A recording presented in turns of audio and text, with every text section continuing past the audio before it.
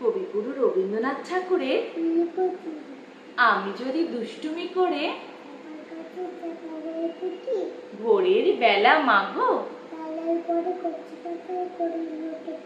তবে তুমি তখন কি মা তুমি ডাকো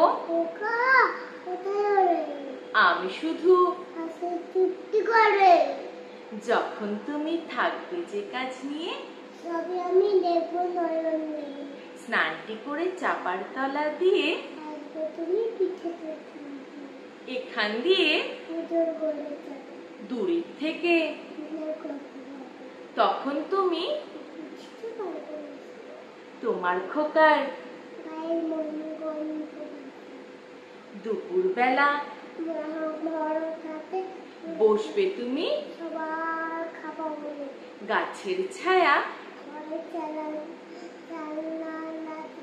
পড়বে সে আমি আমার দোলাবো তোর তখন তুমি তোমার চোখে সন্ধ্যাবেলায় যখন তুমি যাবে গোয়াল ঘরে আমি আমার ফুলের খেলা খেলে আবার আমি তোমার গল্প বলো তুমি